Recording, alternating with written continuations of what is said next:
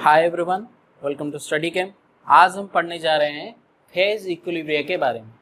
देखिए, ये जो फेज इक्विलिब्रिया ये 11th और 12th के बच्चों के लिए इतना मदद नहीं करेगा क्योंकि उनका कोर्स में ही ये नहीं है। ये थोड़ा बीएससी जो ग्रेजुएशन पढ़ रहे हैं बच्चे, जो ऑनर्स सब्जेक्ट लेकर केमिस्ट्री पढ़ रहे हैं, उनके लिए ज़्यादा मदद करेगा। और पहले अभी हम क्या करते हैं, फेज का डेफिनेशन देख लेते हैं। What is A phase? Phase equilibria पढ़ने से पहले हम फेज का डेफिनेशन देख लेते हैं।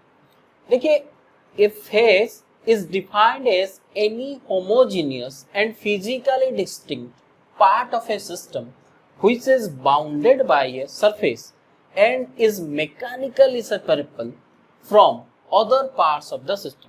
इसका मतलब क्या है? देखिए, पहले आपको थर्मोडायनामिक्स वगैरह में आप थोड़ा पढ़े होंगे व्हाट इज सिस्टम। देखिए, सिस्टम क्या है कि सिस्टम एक है पार्ट ऑफ द यूनिवर्स जो आपका अंडर ऑब्जर्वेशन है, जो आपका अंडर ऑब्जर्वेशन पे है, जो करंटली आप उसको स्टडी कर रहे हैं, जो करंटली आप उसको स्टडी करें, उसी सिस्टम पे फेज क्या होता है? फेज होता है कि ये फेज क्या होना चाहिए? ये होमोजीनियस होना चाहिए। पहला जो इंपॉर्टेंट उसमें टर्म है वो है होमोजीनियस होना चाहिए। What is homogeneous? होमोजीनियस मतलब उनका अंदर जितना भी फेज, होमोजीनियस मतलब का आप जाने होंगे व्हाट इज होमो। देखिए, होमोजीनियस में टू वर्ड है, एक है होमो। होमो मीन्स होता है सेम। होमोजीनियस सिस्टम का मतलब क्या होता है कि उस सिस्टम में जितना भी कंपोनेंट्स होगा ना, उसको आप सेपरेबल नहीं कर सकते, उसको आप सेपरेबल नहीं कर सकते। मेरे बात समझ रहे हैं? तो ये होमोजीनियस होना चाहिए, पहले बात। एंड फिजिकली डिस्टिंक्ट, ये फिजिकली भी डिस्टिंक्ट होना चाहिए, ये फिजिकली भी डिस्टिंक्ट होना चाहिए। आपको एक एग्जांपल देकर समझाता हूं कि मान लीजिए वाटर, वाटर का, ये वाटर का लिक्विड स्टेट में जब होता है, वाटर जब लिक्विड स्टेट में होता है तो क्या होता है कि उसको और एक सेपरेट देखिए, मान लीजिए वाटर जब लिक्विड स्टेट में होता है, आप उसको सेपरेबल कर सकते, किसी भी मैकेनिकल मेथड यूटिलाइज करिए, आप उसको सेपरेट नहीं कर सकते। आप बोल नहीं सकते ये वाटर अलग है, ये वाटर अलग है। मगर उसमें अगर टेम्परेचर घटा के उसको, इस वाटर को टेम्परेचर घटा के मैं अगर आइस में कन्वर्ट कर दूं, तभी आप आइस और वाटर को अलग कर सकते हैं। तो मतलब ये जो आइस हो गया ना, ये फिजिकली डिस्टिंक्ट भी हो गया और ये मैकेनिकली भी सेपरेबल हो गया।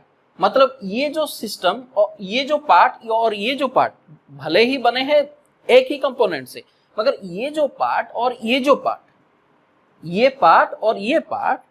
ये क्या हो गया कि होमोजीनियस भी नहीं है, क्योंकि इसका स्टेट भी अलग हो जाएगा आपको, और ये सेपरेट भी आप कर सकते हैं तो स्टेट भी अलग हो गया। तो ये होमोजीनियस भी नहीं है और फिजिकली डिस्टिंक्ट भी है। तो ये अलग एक फेज हो गया, ये अलग एक फेज हो गया। तो सेम एक फेज में होना चाहिए, एक फेज, वाटर एक फेज है और आइस यहाँ पर अलग एक फेज है। मेरे बात समझ पा रहे हैं? तो इसी बात को, ये दोनों जो टर्म है ना, ये फिजिकली डिस्टिंक्ट और होमोजीनियस, ये बहुत इंपॉर्टेंट टर्म है। Part of a system which is bounded by a surface, ये एक उनके अंदर एक बाउंड्री होगा। क्योंकि अगर आप भी देखे होंगे कि अगर आप वाटर में कहीं आइस डाल देते हैं, देखिए वो खुद अपना एक बाउंड्री बना लेता है, आप उसको आराम से मैकेनिकली सेपरेट कर सकते हैं। तो bounded by a surface and is mechanically separable from other parts of the system, ये other parts of the system से ये मैकेनिकली सेपरेबल हो सकता है। तो फेज का मतलब समझ रहे हैं कि फेज क्या होता है। तो यहाँ पर अगर आइस और वाटर में कंपैरिजन करें तो ये एक फेज है और ये एक फेज है। समझ पा रहे हैं व्हाट इज फेज? और एक एग्जांपल लेकर देखते हैं। देखिए, मान लीजिए आप क्या करेंगे कि नाइट्रोजन, ऑक्सीजन, कार्बन डाइऑक्साइड, ये सबको मिला के एक मिक्सचर बना लेते हैं। तो मैं अगर आपको पूछूं ये उनका फेज क्या है, ये सेम फेज में है या डिफरेंट फेज में है, तो आप बोलेंगे कि आप उसको मैकेनिकली सेपरेट कर सकते हैं। आप उसको मैकेनिकली सेपरेट कर सकते हैं? नहीं कर सकते। और ये कंप्लीटली मिसेबल है। मिसेबल मतलब वो मिल जाएंगे, वो आपस में मिल जाएंगे, आप उससे मैकेनिकली सेपरेट नहीं कर सकते। ये ऑक्सीजन है, कार्बन डाइऑक्साइड, ये नाइट्रोजन है, आप उसको सेपरेट नहीं कर सकते। भले कुछ केमिकल मेथड आप यूटिलाइज कर सकते हैं, केमिकल मेथड आप यूटिलाइज कर सकते हैं, मगर फिजिकली उसको नहीं कर सकते डिस्टिंक्ट। तो ये एक फेज कहलाएगा। ये ओनली सिंगल फेज। उनका फेज कितना है? 1। फेज जो है ये उनका फेज है 1। मेरी बात समझ पा रहे हैं? और एक एग्जांपल लेता हूं। मान लीजिए वाटर के साथ, इसी वाटर के साथ आप अल्कोहल मिला लेते हैं। वाटर के साथ आप अल्कोहल मिला लेते हैं, तो ये क्या सेम फेज कहलाएगा? हाँ कहलाएगा, क्योंकि वाटर के साथ अल्कोहल जब मिलता है आप उसको फिजिकली सेपरेबल नहीं कर सकते। भले ही आप केमिकल सेपरेबल कर सकते हैं, मगर फ्रैक्शनल डिस्टिलेशन वगैरह यूटिलाइज करके कर सकते हैं, मगर उसको एक फेज में वो कहलाएगा, क्योंकि उनका और उनका फेज सेम है। ये कंप्लीटली मिसेबल है। मगर वाटर में अगर आप मिला लेंगे carbon tetrachloride CCl4, carbon tetrachloride, तो ये क्या मिलेगा? नहीं मिलेगा। क्यों नहीं मिलेगा? देखिए आपको एक भी बता दे रहा हूं, मैं जब पढ़ाऊंगा अभी पूरा डिटेल पे बताऊंगा क्यों नहीं मिलेगा। देखिए वाटर एक पोलर सब्सटेंस है। वाटर एक पोलर सब्सटेंस है क्योंकि उसमें डाइपोल मूवमेंट एग्जिस्ट करता है। कार्बन टेट्राक्लोराइड नॉन पोलर है। कार्बन टेट्राक्लोराइड नॉन पोलर है। आप एक बात भी जाने होंगे, पोलर से पोलर मिलेगा और नॉन पोलर से नॉन पोलर मिलेगा। पोलर से पोलर मिलेगा और नॉन पोलर से नॉन पोलर मिलेगा। तो ये दोनों का मिक्सर नहीं हो सकता। ये वाटर और इनका मिक्सर वो मिलाएगा नहीं, वो मिक्स होगा नहीं। इसी वजह से इनका जो फेज है ये डिफरेंट फेज में एग्जिस्ट करेंगे। Different phase. चलिए और एक इक्वेशन लेते हैं, उसी इक्वेशन पता कर सकते हैं उनका इक्वेशन में कितना फेज है। एक इक्वेशन ले लेते हैं।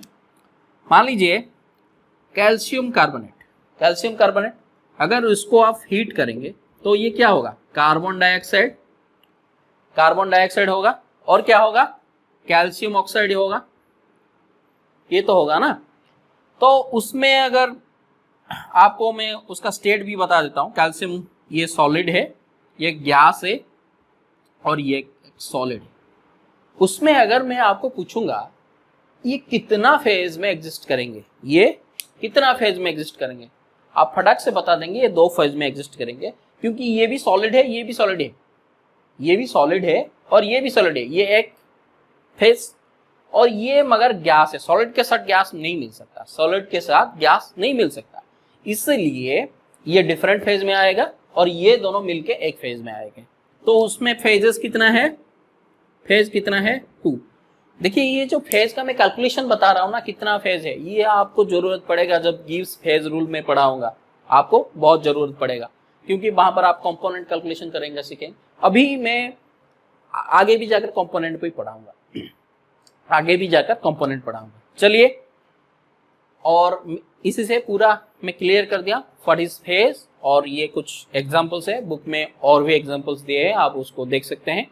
चलिए आगे अभी कंपोनेंट देखते हैं। What is a component? चलिए देख लेते हैं कंपोनेंट्स क्या है। The number of components of a system at equilibrium. देखिए ये जो भी चीज हम पढ़ रहे हैं ये सब में सिस्टम इक्विलिब्रियम में है, इसीलिए तो इसको बोल रहे हैं कि फेज इक्विलिब्रिया, मतलब बहुत सारे सिस्टम इक्विलिब्रियम में है और इसीलिए हम बोल रहे हैं इक्विलिब्रिया। इक्विलिब्रियम का प्लूरल फॉर्म है इक्विलिब्रिया। तो at equilibrium may be defined as the smallest number of independently variable। ये बहुत इंपॉर्टेंट टर्म है। smallest number of independently variable constituents by means of which the composition of each phase can be expressed directly or in terms of chemical equations। मतलब देखिए उसको समझने से पहले मैं एग्जाम्पल देकर समझता हूं, जो फेमस एग्जाम्पल है वाटर वाला। देखिए मान लीजिए वाटर कितना फॉर्म में एग्जिस्ट करता है, कितना फेजेस में एग्जिस्ट करता है? जानते हैं वाटर इटसेल्फ एक लिक्विड है, तो वाटर लिक्विड ये इक्विलिब्रियम में एग्जिस्ट करेगा किसके साथ? आप ले सकते हैं आइस, ये सॉलिड है, और इक्विलिब्रियम में ये भी एग्जिस्ट कर सकता है किसके साथ? वेपर, वाटर जो गैस, इसके साथ ही ये तीन। देखिए ये जो तीन फेज है, इसमें वाटर का तीन फेज है। देखिए ये सबको मैं सिंगल वाटर से ही उनका सब में उनका कंपोजिशन क्या है? वाटर है। सब में उनका जो कंपोजिशन है वह वाटर है, और वाटर से ही ये तीनों को मैं एक्सप्लेन कर सकता हूँ, सारे स्टेट को वाटर से ही। वाटर तो सिर्फ एक लिक्विड है, तो वाटर से ही उसको अगर टेम्परेचर घटा देता हूँ वो आइस में कन्वर्ट हो जाएगा। वाटर को अगर टेम्परेचर घटा देता हूँ, मतलब मैं कूल करूंगा, एक केमिकल रिएक्शन करूंगा, तो ये क्या हो जाएगा? आइस हो जाएगा। और उसमें अगर उसको हायर टेम्परेचर पे टेम्परेचर बढ़ा दूंगा तो ये गैस में कन्वर्ट हो जाएगा। तो इसीलिए यहाँ पर लिखा है कि स्मॉलेस्ट नंबर ऑफ, देखिए बहुत सारे आपको चीजें भी मिल जाएगा उसमें। देखिए इसलिए लिखा हुआ है कि smallest number of independently variable, मतलब जितना कम नंबर ऑफ इंडिपेंडेंटली वेरिएबल, मैं यहाँ पर वेरिएबल 2 बार लिख दिया हूं। देखिए smallest number of independently variable का मतलब क्या है? जितना कम नंबर ऑफ इंडिपेंडेंट, जिसमें देखिए इस केस में अगर वाटर है, वाटर ही ये तीन फेज को एक्सप्लेन कर सकता है, वाटर ही ये तीन फेज को एक्सप्लेन कर सकता है। इसीलिए वो लिखा है by means of which the composition of each phase can be expressed, directly express अगर हो सके या किसी केमिकल इक्वेशन से एक्सप्रेस हो सके, इसको बोलते हैं कंपोनेंट्स। इसको क्या हम बोलते हैं? कंपोनेंट्स। तो इस इक्वेशन पे, इस इक्विलिब्रियम पे अगर हम पूछेंगे कि कंपोनेंट्स कितना है, आप बोलेंगे कि कंपोनेंट्स यहां पर वाटर से हम तीन स्टेट को, तीन फेज को हम एक्सप्लेन कर सकते हैं। इसीलिए इसमें कंपोनेंट्स कितना होगा? कितना कंपोनेंट्स होगा? 1। कितना कंपोनेंट्स है? 1 है। वैसे ही और एक एग्जांपल ले सकते हैं हम, जैसे आप सल्फर लीजिए। सल्फर का कितना फेज है? सल्फर का, ठीक है, सल्फर कितना फेज में एग्जिस्ट करता है? कम से कम 4 फेज में एग्जिस्ट करता है। एक है रोम्बिक सल्फर, एक है मोनोक्लिनिक सल्फर, एक है लिक्विड सल्फर, और एक गैस फॉर्म में एग्जिस्ट करता है। ये 3। ये सब में टेम्परेचर अगर थोड़ा बहुत मैं चेंज करूंगा, ये रोम्बिक से मोनोक्लिनिक हो जाएगा। लिक्विड भी हो सकता है, गैस भी हो सकता है, लिक्विड भी हो सकता है, गैस भी हो सकता है। देखिए ये जो 4 फेज आप देख रहे हैं, ये 4 फेज को मैं सल्फर से ही एक्सप्लेन कर सकता हूँ। ये सल्फर से ही एक्सप्लेन कर सकता हूँ, उनका जो सारे का कंपोजिशन को मैं सल्फर से ही एक्सप्लेन कर सकता हूँ। इसलिए उनका कंपोनेंट्स कितना होगा? इतना कंपोनेंट्स कितना होगा? 1। कंपोनेंट्स कितना होगा? 1। अभी हम क्या करेंगे, तो आप कंपोनेंट्स कैलकुलेशन करना सीख लिए। देखिए अभी हम क्या करेंगे, थोड़ा जो कॉम्प्लिकेटेड सिस्टम से उनका कंपोनेंट्स कैलकुलेशन करना सीखेंगे। उसमें कितना कंपोनेंट्स कैसे कैलकुलेशन करते हैं, कैसे केमिकल इक्वेशन को भी एक काउंट पे लिया जाएगा। तो चलिए आगे देखते हैं। देखिए अभी हम देख लेते हैं जो केमिकली रिएक्टिव सिस्टम होते हैं। केमिकली रिएक्टिव सिस्टम का मतलब उन सिस्टम में उनका जो स्पेसिस होता है उनके अंदर में रिएक्शंस होते हैं। जैसे आप वाटर सिस्टम में देखें तो वाटर के साथ कुछ रिएक्शंस नहीं करता था, मगर अभी हम कुछ सिस्टम्स देखेंगे उसमें कि उसका अंदर ही अंदर रिएक्शन हो रहा होगा। तो इस केमिकली रिएक्टिव सिस्टम के लिए अगर उनका नंबर ऑफ कंपोनेंट्स आप कैलकुलेशन करेंगे तो उनका फॉर्मूला है, वो है C=N-E। N यहाँ पर क्या है कि टोटल नंबर ऑफ स्पेसिस है, टोटल नंबर ऑफ स्पेसिस, उसमें जितना स्पेसिस टोटली फॉर्म हो रहे हैं, उसमें टोटल नंबर जितना स्पेसिस फॉर्म हो रहे हैं। और E क्या है? E है number of independent equations. E क्या है कि नंबर ऑफ इंडिपेंडेंट इक्वेशन, मतलब उनके अंदर रिएक्शन में जितना नंबर ऑफ इंडिपेंडेंट इक्वेशन बन पाएगा, उसको एक एग्जांपल में लेंगे, पूरा क्लियर देखेंगे। उसके बाद relating the concentration of N species, मतलब उसमें ये जो एन स्पेसिस का कंसंट्रेशन इन्वॉल्वमेंट हो रहा होगा उस रिएक्शन पे। और उसमें और एक कंडीशन है, ये बहुत इंपॉर्टेंट कंडीशन है। अगर आप जो स्पेसिस यहाँ पर ले रहे हैं ना, उस स्पेसिस में अगर आयंस प्रेजेंट हो गए, उस स्पेसिस में अगर आयंस प्रेजेंट हो गए, तो इसके उस आयंस के लिए कि ए सॉल्यूशन टू बी ये solution be electrical neutral also counts as one equation, वो भी एक वन इक्वेशन के लिए ऐड होगा। यहाँ पर ई पे वैल्यू पे वन वैल्यू ऐड होगा। आप सुन लीजिए, मैं एग्जांपल दूंगा, इससे आपको सारे जो चीजें हैं ना क्लियर हो जाएंगे। As one equation if ions are considered constituents, अगर आयंस को अगर एक कंस्टिट्यूएंट्स कंसिडर करेंगे तो ई के वैल्यू में वन ऐड होगा, ई के वैल्यू में वन ऐड होगा। तो चलिए पहले एक एग्जांपल देखते हैं। देखिए मैं एक एग्जांपल लेता हूं। मान लीजिए कि KCl NaCl वाटर एक सिस्टम, KCl NaCl वाटर एक सिस्टम है, और एक सिस्टम है कि KCl NaBr एंड वाटर एक सिस्टम। ये दोनों सिस्टम है। आप यहां पर वीडियो पॉज कीजिए और आप बोलिए कि इसका कंपोनेंट्स कितना है, इसका कंपोनेंट्स कितना है।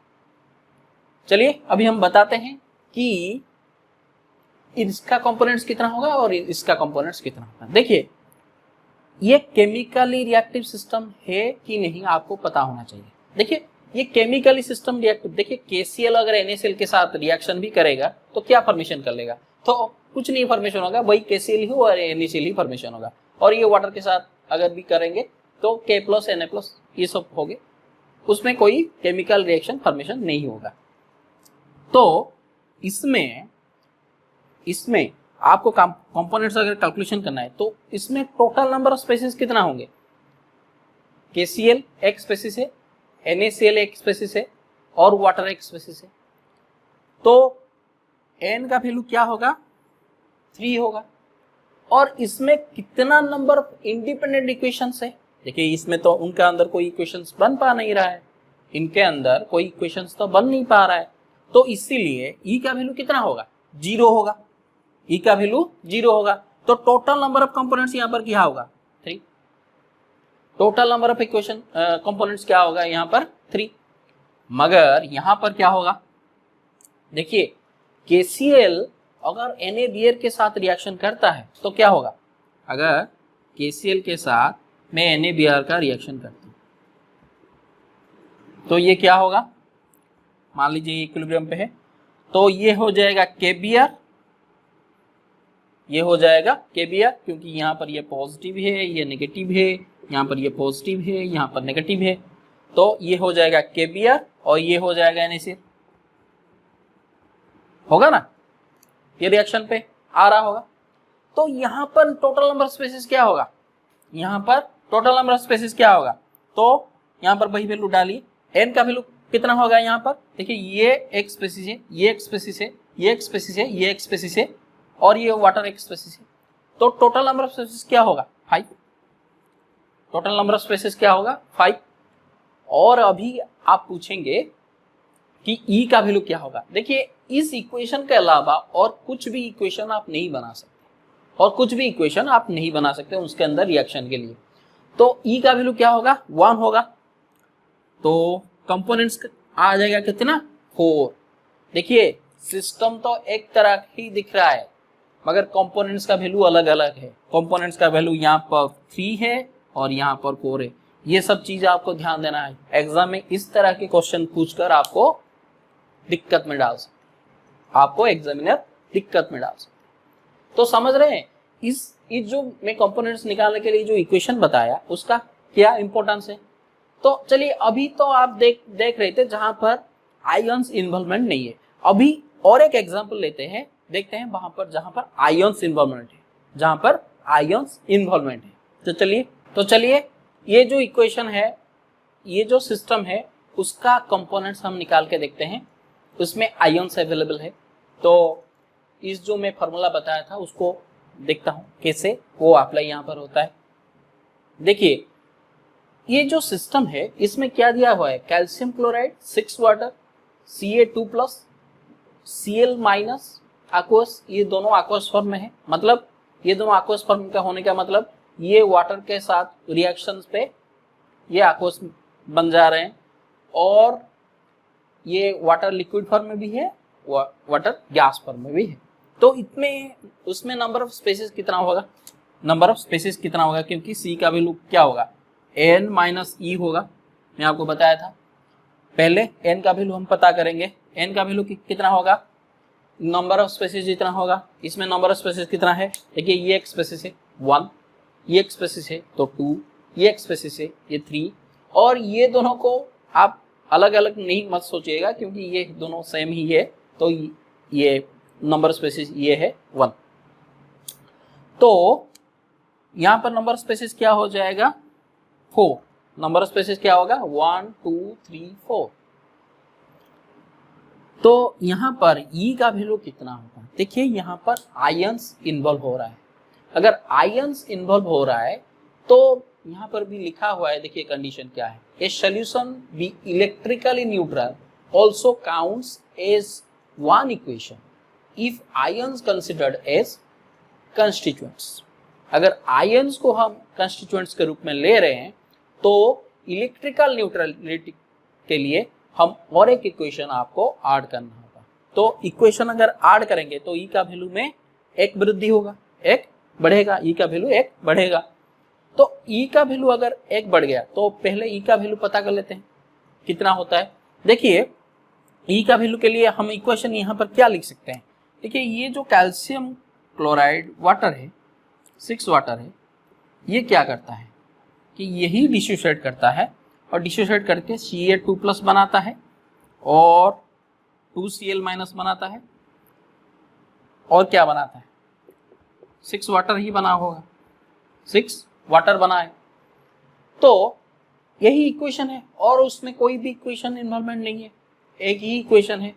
तो E का वैल्यू यहाँ से इस इक्वेशन के लिए 1 और यहाँ पर जो आयंस ले रहे हैं उसके लिए 1, तो E का वैल्यू टोटल क्या होगा 2। तो मैं लिख दे रहा हूं इसके लिए 1 हम ले रहे हैं, और इलेक्ट्रिकल न्यूट्रलिटी के लिए हम यहाँ पर 1 भी ले रहे हैं। तो E का वैल्यू जो 2 ले रहे हैं इस वजह से ले रहे हैं, तो 4 - 2 इक्वल टू क्या हो जाएगा 2। तो इस सिस्टम में टोटल नंबर ऑफ कंपोनेंट्स कितना है 2, तो टोटल नंबर ऑफ कंपोनेंट्स कितने हैं 2। देखिए ऐसे ही आप कैलकुलेशन कर सकते हैं। आपका बुक में बहुत सारे एग्जांपल्स वगैरह दिए हैं, आप पूरी शर्मा पठानिया जो बुक है उसमें बहुत सारे एग्जांपल्स दिया गया है, आप उसको करिए। अगर कोई सिस्टम में डाउट होता है तो कमेंट सेक्शन में कमेंट करिए। तो चलिए आज के लिए इतना ही। जो सेकंड लेक्चर हमारा आएगा वो गिब्स फेज रूल जो डेरिवेशन उसका करेंगे। और मेरे साथ जुड़ने के लिए धन्यवाद। मेरे चैनल को सब्सक्राइब करिए, मेरे वीडियोस को लाइक करिए, अपने फ्रेंड्स में शेयर करिए। तो चलिए बाय बाय।